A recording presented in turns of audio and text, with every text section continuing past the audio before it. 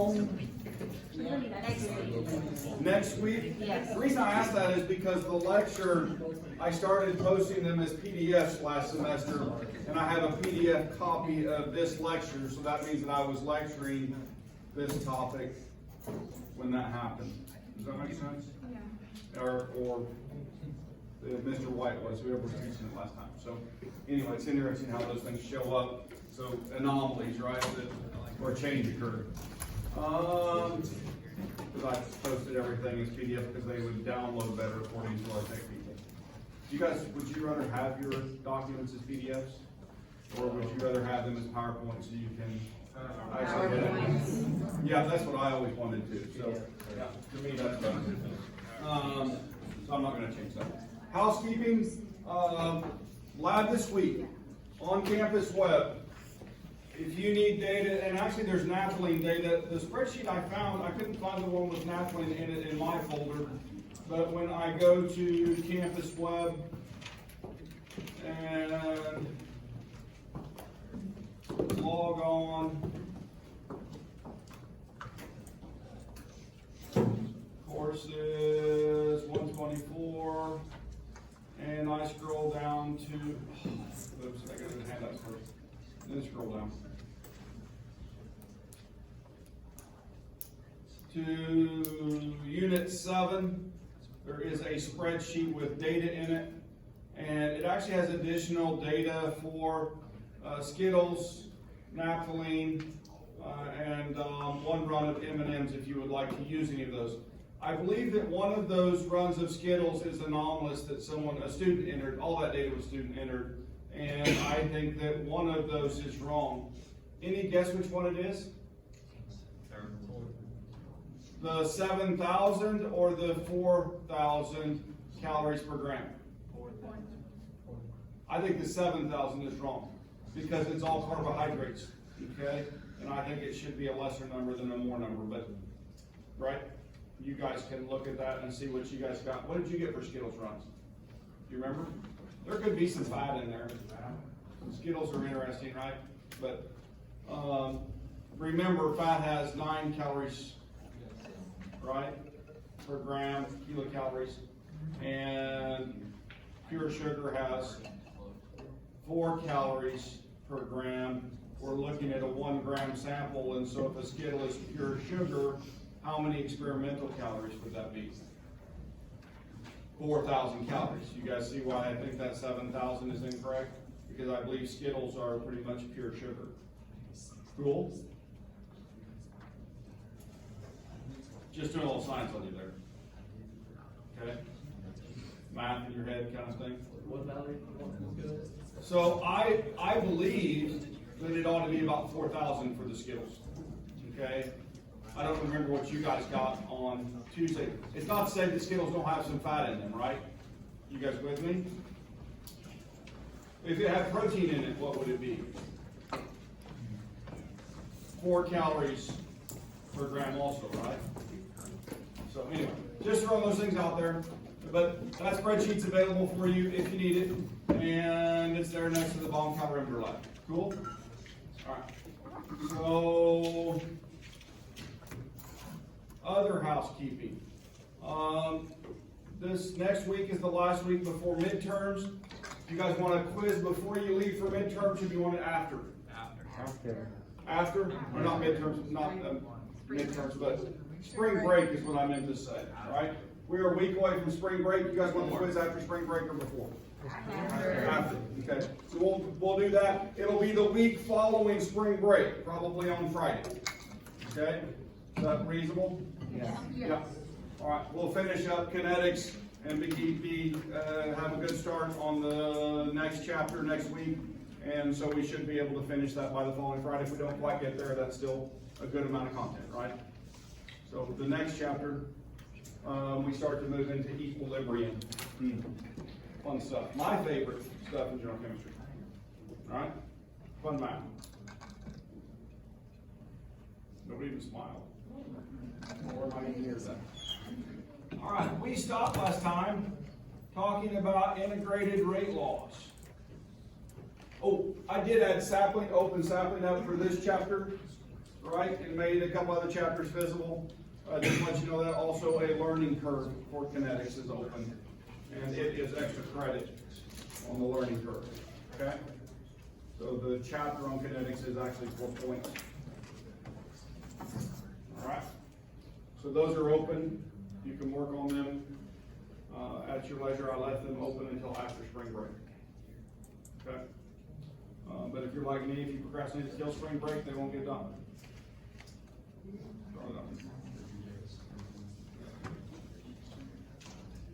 Integrated rate laws, okay? So the calculus has already been done here, right? This is just showing a change in, right? Well, in fact, we talk about rates, an average rate, the change in the concentration of A divided by the change in time is equal to this expression, Ka to the M, or if we back that up, then this is that, and the form that needs to be derived. And so that's that instantaneous rate for any given point, or the slope on the calibration, or on the curve of the decay line. So if I'm looking up here and I take an equation that's been integrated to complete that, then what I find is that I can set those up as linear equations, okay? I think it's actually easier to look at the next slide and then go backwards, so I'm going to do that for me to explain this. And so what I want to show you is those equations, right? And they've been manipulated to become straight lines. But this is the integrated rate law. And if you look at this, then this is y equals mx plus b. You guys see that? And if I go to the next one, this is y equals mx plus b, right? And this one is y equals mx plus b. And so all of those three are linear equations, and so if I plot y versus x, then I get a straight line, okay? Now, an interesting anomaly occurs in this.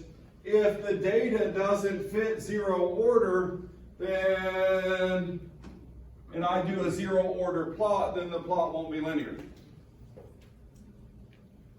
Did you catch that? If I plot first or second order data as a zero order plot, the plots will not be linear. Only a zero order reaction will have a linear line, right, when I plot that equation. The same thing happens when I do a first order equation. If the data is zero order or second order, the equation won't be linear. So this is a tool that's given to you to find out when a reaction is zero, first, or second order. Now, let me qualify that. When a unimolecular reaction is zero, first, or second order, then these plots are used to verify that. Does that make sense? All right. So in other words, when I have this plot, right? This is the plot. I'm looking at this. This is the concentration of A. So this is the zero order plot versus time. And when I have that, then we see that that's a straight line. Okay? If I plotted first order data with concentration versus time, what would it look like? It would start steep and then it would curve out, wouldn't it? You guys with me? So it would not be linear. So we're doing a verification here. When we plot that and we get this plot for concentration versus time, then it's zero order. If I go to the top and I use my equation, integrated equation for first order, and I plot LNA versus time, then I would get a linear plot. That's the cisplatin reaction we were looking at. Oh, nope, that's a biomolecular. We'll have to look at a decay. I'll show you an example here in a minute. Okay, so in that case, we did two plots to find that one. Okay, more complex experiment. The second order, right, then what we see is that 1 over A with respect to time gives us a linear plot. Now, what do you notice about the slopes? Some of them are positive and negative, right? And so that's accounted for in the equations to find K. Note slope is negative K here. It's equal to K there. Okay, now wait a minute. What was K? What was K? The slope, but there's another definition for it. We've used it before. It's the rate constant, isn't it? This is the technique that you also find the rate constant for the rate law. Right? You guys with me? All right. Now, so for a unimolecular reaction, to find the rate constant and to find the order of reaction, then you do these plots. This verifies it. Okay? Now, can you look at the data and usually determine? If you have two time periods which are where the concentration doubles and they're the same time, right? Then, or is had, we could say it that way too if we're looking at the reactants, then we can tell that that's first order. If it doesn't matter which time period we're in and the rate remains the same all the way through the instantaneous, then you know that it's zero order. Okay, and if it's either one of those two, what is it? Second order. You guys with me? Okay, so you should be able to look at the data as long as you're given enough data and be able to tell that. All right, so back to those equations, and then it's just showing the rate constant K in that. And so here's an example. Oh, the cisplatin is. So this decayed in this case.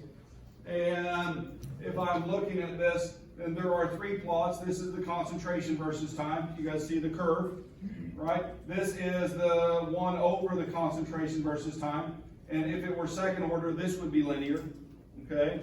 If it were zero order, this would be linear, but this plot is the linear one. You guys with me?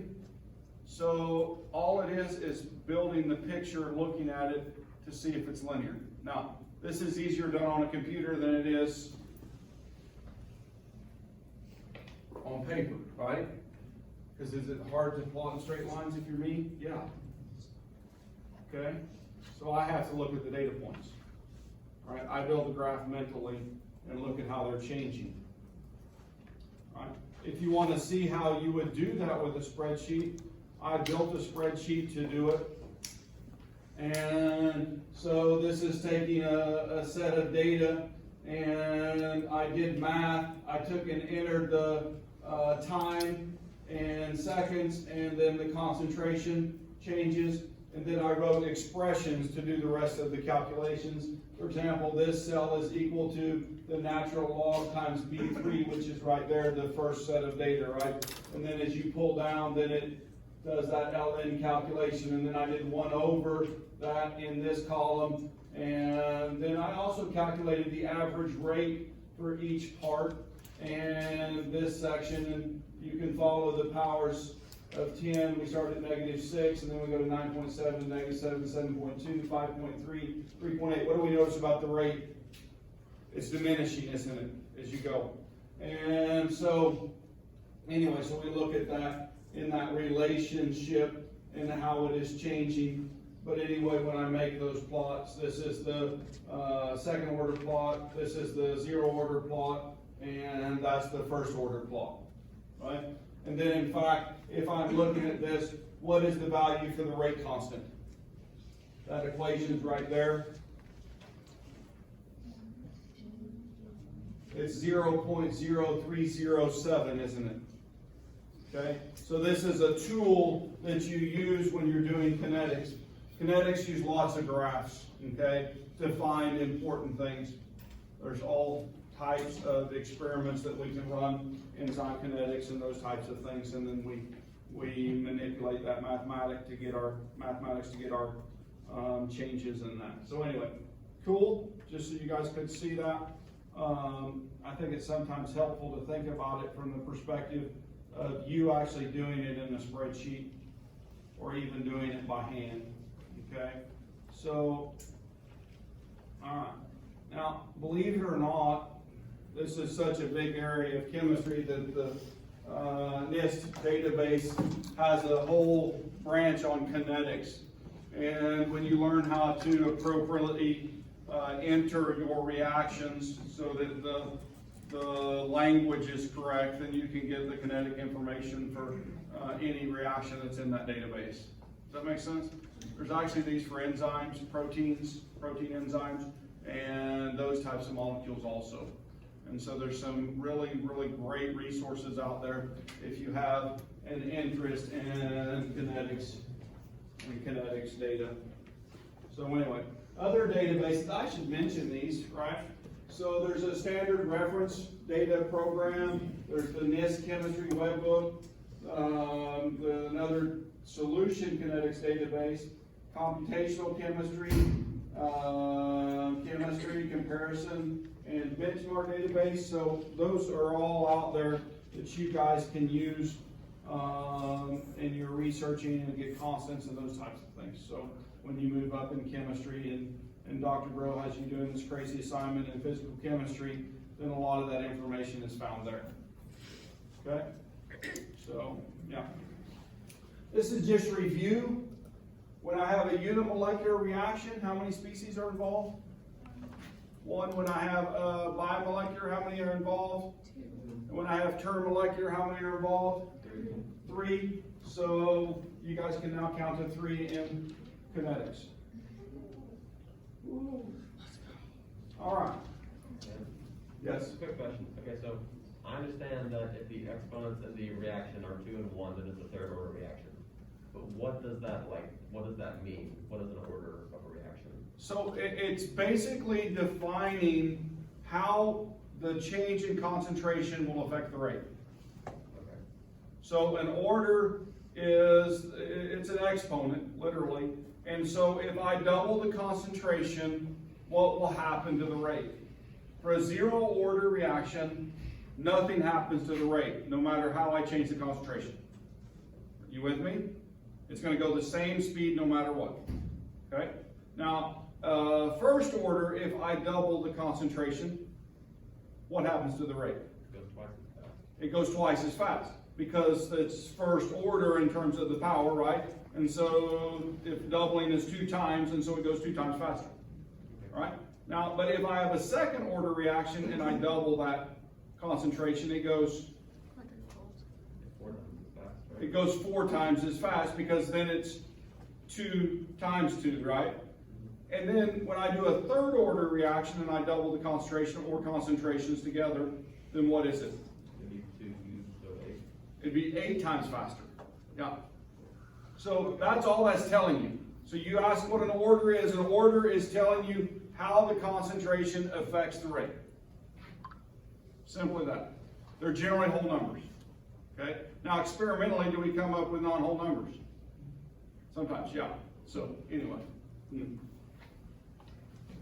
All right. This is actually showing a unimolecular reaction. So it's a change in conformation. Now, when I say that, do you guys understand what I'm saying, what a change in conformation is? If I'm looking at this, you guys see the double bond, right? And then you see that on this double bond, there's 2 hydrogens going this way and there's 2 methyl groups going that way. What conformation is that in terms of cis and trans? Cis, right? I look at it, it's the C shape, right? They're on the same side. Okay? And then when I look over here, then what do I see? It's flipped over, right?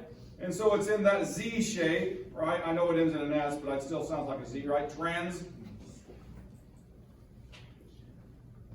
Yeah. So that's the Z shape. So that's a conformation change, and one of those is higher in energy than the other.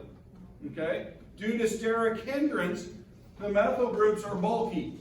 And when it's cis, they're kind of close together, right? And so a hydrogen doesn't take up near as much space. And so if I can take one of those methyl groups and put it down and the other one up, then what you notice is that initial energy state is higher on this graph than the final energy state. You guys see that? So this is the lower energy state. And so this would probably be preferred out of the 2. So if I let them equilibrate, then it will go to trans.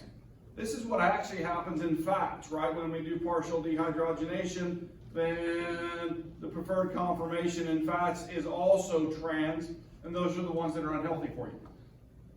Okay? So you have to make sure that you're not allowing that to flip over when you're doing that hydrogenation to keep your fat healthier. So anyway, now, you notice there's a big hump here in the middle. You guys see that? That's an energy hump. So this flipping over doesn't happen automatically. That double bond is rigid and holds those in place even though there is a lower energy state. You guys with me?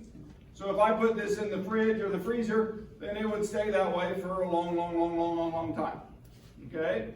But if I take it out of the freezer and I start heating this, and I put in enough energy to get us to the potential energy up over about 420, something like that, 430 joules, then what would happen is I would give this molecule, the molecules present enough energy to get to here, and then they would start the conversion. Okay? I put a match under it to get it started. You guys with me? Right? Is it favorable that hydrogen plus oxygen make water? Thermodynamically, it is favorable. But can I mix hydrogen and oxygen and have them together and it not explode? No. I can, if I keep it at room temperature. Right? I can fill a balloon with hydrogen and oxygen at room temperature. In fact, I can release hydrogen into the atmosphere where there's plenty of oxygen, and it doesn't blow up unless what? I put a match under it, right? And so when I put a match under it, it gets it over that, the word is activation energy. Okay? So once I get it over the activation energy, now in that combustion reaction, that chain reaction, then this final state is much lower than the initial state. And when I have one of those happen, then it makes enough energy to cause another one to happen, which causes another one to happen, or multiples, and then it spreads out throughout the reactants. And it goes very rapidly in a chain reaction. You guys with me? Now this reaction, we don't get as much energy out of it, so I'd have to continue to heat it till I got it converted to the ratio that is at completion, or equilibrium would be the word. Okay? I would have some of these present because it's going back and forth all the time. Yeah? Have you ever made a hydrogen bomb? A hydrogen bomb? Mm-hmm. Like in the nuclear one? No, like a little one, like where you separate the hydrogen and the water. I started out the semester, you weren't here, with my very first day of class. I put hydrogen and oxygen in a balloon, and what did I do with it, guys? I started the semester with a bang. Literally. So, yeah, do we need to do another one this semester? Yes. Different boats. Yeah. We do the rocket fuel again. Do rocket fuel again? Oh, yeah, okay, I can do that one again, yeah. And we can do a few demos here. Yeah. Right. Maybe we'll leave for spring break on one of those. Okay, we'll start spring break with a bang. Or a whoosh. Okay? So, that's a plan. Caleb, remind me. Okay, Jacqueline?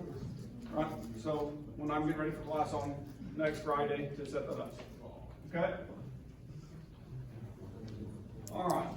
Everybody good with this kind of understanding? What's this called to get over the energy hill? Activation. Activation energy. Now, I have a question. All right? Can I push a reaction back this direction? I can, right? I just have to put in enough energy to get it up over the hump to push some of it that way. And then, do you guys remember Le Chatelier's principle? In equilibrium? I still got to teach that one to you. There's a principle called Le Chatelier's principle. Okay? And if I perturb an equilibrium, it will shift to relieve that perturbation energy-wise. Okay? That's literally the formal definition of it.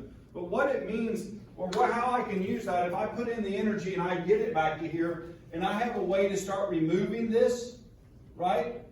And then what I can do is I can actually pull this reaction this direction. So I can make things that you wouldn't think would be made in that fashion. Okay?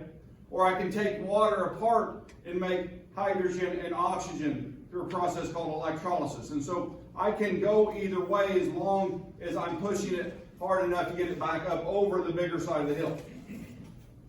Yeah? Okay? And sometimes that takes a lot of energy and finagling the system to make that happen. That's a good word, isn't it? Finagling. Is it real? I don't know. All right. So this is a, well, wait a minute. What type of reaction is this one? The previous one was a unimolecular. This is a bimolecular. And so I have iodide and methyl bromide. Okay? Those are getting ready to react right here. And so if you'll notice, there's a backside attack right here. You're going to learn some reactions in organic chemistry, SN1, SN2, and you'll figure out which this is when you get there. And so anyway, this is coming in, and it's going to invert the hydrogens like an umbrella in the wind. You guys see that? And so it's coming along bumps on the backside, and when it does, it pushes those hydrogens over, and then it pops off the bromide, and we now have methyl iodide and the bromide ion. Okay? Now wait a minute, what do you notice about this one? Which one's favored energetically? Here or here? This one's favored energetically, isn't it? Because this one's in a lower energy state. If I were going this way, right, it would be an exothermic reaction. So there's, well, thermodynamics we can talk about in this. If I'm going this way, then it's endothermic, right? I have to put in energy to get it to that higher state. But I have to put in an additional amount of energy to get it over the energy hill, and we call that the what? Activation energy. Yeah. So I have to put in that much energy to get to there, and then once I get there, then I get a little bit back. Okay? I get a little bit back. So, cool? Yeah. Biomolecular reaction. And this is just the reaction in progress, changing bond lengths and angles and all of those things happening there. Now, enzymes, right, and catalysts, do you know what they actually do to make reactions go faster? Lower the activation energy. They lower this activation energy so they make that hill less big, so you don't need as much energy to get your stuff started, and so the reaction goes faster at a lower temperature. Huh. Right? Cool. All right. Now, I've talked about this, or mentioned it. I haven't talked about it. I mentioned it. All right? I mentioned it with respect to enzymes. Okay? What are you guys seeing up here? Unsuccessful collisions. Right? For that previous reaction to happen, where does that iodide have to run into the methyl bromide at? With the hydrogen. On the hydrogen side, on the methyl side, right? So it's got to hit on that back side. If it doesn't hit on that back side, then it can't push those hydrogens over to pop off the bromide. You guys catch that? So that means anywhere I hit other than on that back side is unsuccessful. So I'm bouncing around in there. Now, when I have a catalyst, very often it holds it in place. So if I put a catalytic surface that would attract the negative bromide and hold that methyl up, those hydrogens up, and then my collisions come in, then I can make that more successful. You guys with that? Yeah. I thought you said enzymes will hold it in place, but catalysts won't. The catalysts will hold things on surfaces. They have a surface, it doesn't orient it. Okay. Okay? So catalysts don't orient the molecules when they come in, but I can build a catalyst to do something like that. Okay? What an enzyme does is actually as the molecule's approaching, and it's approaching methyl first, then that active site flips that over and will put the methyl out, right? Mm-hmm. And so every time that the iodide then comes in, then it will guide it into that methyl site. Okay. And that's the way, that's what I was referring to. Now I don't know that there's an enzyme that does that particular function, but there are reactions that are very similar to that in terms of collisional. And so where we have biomolecular reactions that occur, and that enzyme's putting that in position and then drawing the other reactant in based on molecular structure. Okay. So where catalysts may speed up the reaction 1,000, 10,000 times, enzymes sometimes can speed them up 100,000 times. Okay? So, anyway. Energy distribution curves. So, when we're talking about all of this, does temperature make a difference? Okay? So, we talked about temperature speeding up reactions, right? That was one of the things. Raise the temperature, the reaction goes faster. Why? In terms of, think about it from activation energy, right? If I'm heating something up and it's at a higher temperature, all of the molecules have what? Greater net energy, right? Okay, or total energy. Greater total energy. And so that means there's more of those that might have more. They're transferring energy all the time. You get a couple collisions to give all that energy to one particle, then you can get one of those over the activation energy. You guys with me? So if I'm looking at this, this is the areas under these two curves, okay, are supposed to be equivalent, right? Because, and now the reason I say that is that represents the number of molecules present under those curves. You guys with me? And so when I have the same number of molecules and I take them from 25 degrees to 75 degrees, the red line, then what happens if I'm looking at this and I start doing a determination of how many molecules are over the amount of energy that they need to activate, then what you can see is I raise the temperature, I get more down in this area, and so I have a higher number that are ready to react, and so the reaction does what? It goes faster, right? Because there's more molecules present that have enough energy to overcome the activation barrier. Interesting thought. So a number of molecules that have a particular energy. Yeah. So we can shift that curve. If I went to 125 degrees, what would happen? I would even get more down here, right? So this hump would shift forward out here, and it would be diminished there and increased on this side. Okay? And so it would go faster. Now, I have a question. We're talking about this in the sense that we have one thing present, we have one direction that we can go. And in fact, if I'm baking a cake, what do? I put it in the oven, right? Can I make the oven temperature too high and burn the outside and not cook the inside? Right? Can I change the chemistry accidentally? Yes. Right? And so you have to consider those things when you're trying to do reactions that you don't overheat, right? Or if I bake it too long, what happens? It'll dry it out and remove moisture and those types of things. And it's still chemistry, right? But it's not desirable. Okay? So we have to balance. As a chemist, you start balancing the amount of energy that you put in, right, to get the right number of molecules there to get to an endpoint that you want, right? If I put carbonaceous material on a Bunsen burner and heat it up to a very high temperature, instead of doing the reaction I want, it's going to turn into carbon. You guys with me? Yeah, well, unless I want it to turn into carbon, could that be possible? Yeah, that's how I do analysis for iron and cereal. We carbonize it and then extract the minerals with acid and we look at them in that fashion. So there's sometimes I want that to happen in the chemistry. Okay? All right? I want to turn it all into carbon. I actually want to turn it all into CO2 and get it to leave, get rid of all the carbon and just leave behind the metals. Right? So anyway, and we can do that. All right.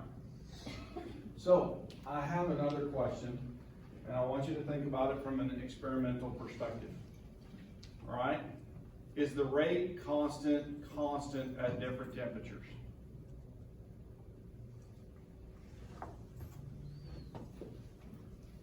No. Each time you're looking at a rate constant reported for scientific information, there's a set of conditions that go with that. Okay? And those conditions are relevant in that if I change the temperature, the magnitude of the rate constant will change. Because what happens to rate as the temperature goes up? It increases. And so the magnitude of the rate constant has to adjust to accommodate for that. All right? Same thing with thermodynamic constants. They're reported under specific conditions. Most of those in your textbook. Anybody note the temperature Have you noted a temperature which most of them are reported at? 25 degrees C. Okay? Those constants, somewhere on that table, they'll be at 25 degrees C. That's really important. We sometimes ignore that because we're just trying to learn how to do the math, right? You guys with me? Yeah.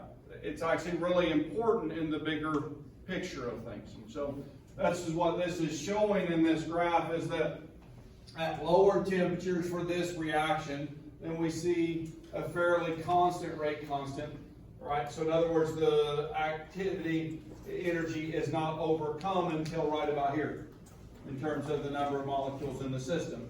And when I get it to a temperature above, 325, something like that, then what I see is that rate constant, right, changes in magnitude quite significantly, right? And that's the place where the system has enough energy to put those molecules over the activation energy. Cool? Yeah. So effective temperature on rate, well, we also see that effect on the rate constant. All right. I don't know what system this is. That was stolen from your textbook. All right. Collision rate model.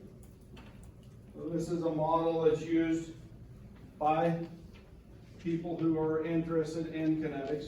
The three conditions that must occur: the molecules must collide, right? They must be positioned so the reacting groups are in a transition state. I didn't talk about that word. That was a word I missed. I should go back to that slide and use that language, because that's a piece of the jargon that every one of you know, right? Well, you do now, because see the transition state? It's that halfway molecule, right? Transition states are hard to identify. They're hard to isolate because they're in between. They don't want to be that. They want to be this or this, right? You guys with me? And so it's hard to isolate them, but there are experiments which they do to actually by spectroscopy, for example, to see those intermediates, okay? And so those experiments are available to do that, so we can see where we're at that halfway point, okay? And or have been designed. You can't do that with all reactions. So that transition state. So in this, they must be positioned so that the groups reacting together are in a transition state between reactants and products. And then the collisions must have enough energy to form the transition state and convert it to products. And if you don't meet those things, then what happens? You have a balloon full of hydrogen and oxygen, and it just sits there and waits for that to happen. You guys with me? Right? Doesn't mean that it's not thermodynamically favored. It just doesn't happen fast enough to be apparent in the way that we're observing the experiment.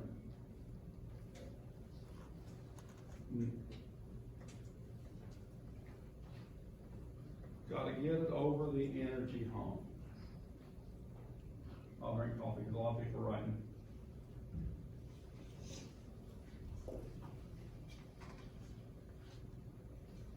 I have a question. Yeah. Is it possible for a chemical reaction to almost get to the transition state to where it almost reacts and then not quite have enough energy so it returns to the current state? Sure. That can happen, absolutely.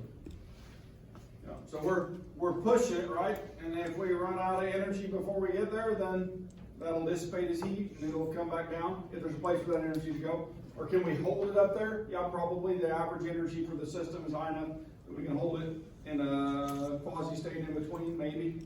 But it likes to be one or the other, and so it will shift to do that. Okay. It prefers, right? The transition state is the highest energy state of the reaction, and so either direction from that is downhill. Okay. No, kinetics aren't over. It's just broken into 2 slide sets. I know. All right. So the Arrhenius equation is an equation that's used to look at things like decay. And so if I'm looking at this, you guys recognize R. What's R? gas constant, right? And then T is temperature, right? And E sub A, the activation energy, right?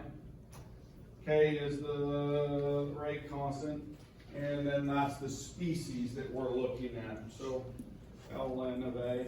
And so this is actually a really useful equation in terms of if we plot it, it's a linear equation.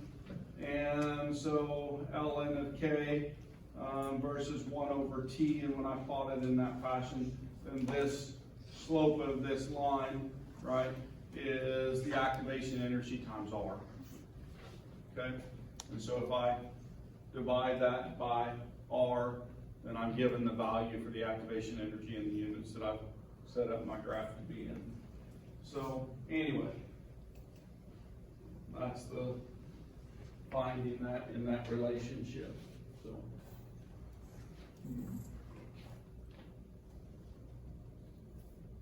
All right. This is where I'm going to stop because this topic is a little bit more in depth, right? And so this looks at reaction mechanisms, and we're going to do a first 5-step reaction mechanism, and then we're going to do a second step. I said that wrong. I should say it as, we're going to do it as the rate determining step is the first step, and then we're going to do it as the rate determining step is the second step, okay? And so the second time is complicated, but I like to do those in the same day. Yep. The first, do what now? Oh, is it not up on Campus Web? Oh, okay. Yes, I'll do that. Yeah, I didn't realize that was that. My bad. So I just missed that one.